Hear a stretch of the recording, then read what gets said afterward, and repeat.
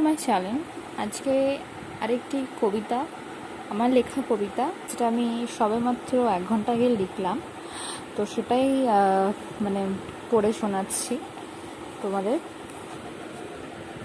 ভিডিওর শুরুতে আগে বেশি কথা বলবো না, ভিডিওর পরে তোমাদের ব্যাখ্যাটা আমি বলে দেবো। যাই হোক, তোমাদেরকে পড়ে শোনাব। কবিতাটার নাম ঘর। মানে এই দুটো বিষয়ে মানে আমার ডাউট ছিল যে ঝড় নিয়েও অনেকে কবিতা লেখে, ঘর নিয়েও কবিতা লেখে, তো একটু নতুন কিছু তৈরি করা যায়।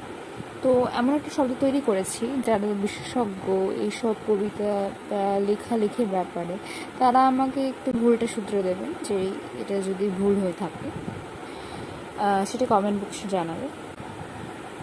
ভাবো তো একবার তাদের কথা যাদের মাথায় ঘোরে ঝড়ের চিন্তা, জানা নেই তাদের কারো যাবে কেমন রাত দিনটা, যাবে তারা কোথা ভিটে ছেড়ে জানে না, ঝড়ের গতি বাধা কিছু মানে না, বসতি বানিয়েছে যে উপকূলের কাছে, আস্থা নিয়ে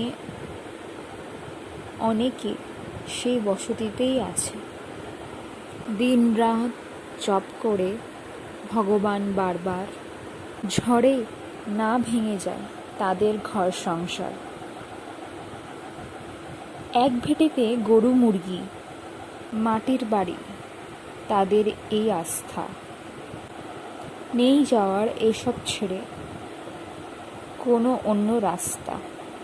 এলো আয়লা এলো আমফান, ওপারে তাদের কি আসে, এপারে হঠাৎ বিদ্যুৎ ঝলকানি, শিশু মা জলমগ্ন হয়ে ভাসে, কত রাত যে তারা জেগে,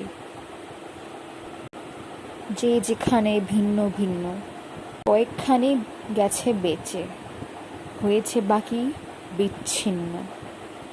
নেয় যদি কিছু বাঁচানোর পদক্ষেপ সরকার, হাতে হাত যে মিলানো আমাদেরও দরকার। ত্রাণ শিবির, হেলথ কেয়ার এখন হয়েছে কোথাও অনেকখানি, বাঁচে না তবু হয় বহু লোকের প্রাণহানি। সাহায্য করো, অবস্থায় দিও না হাতছানি,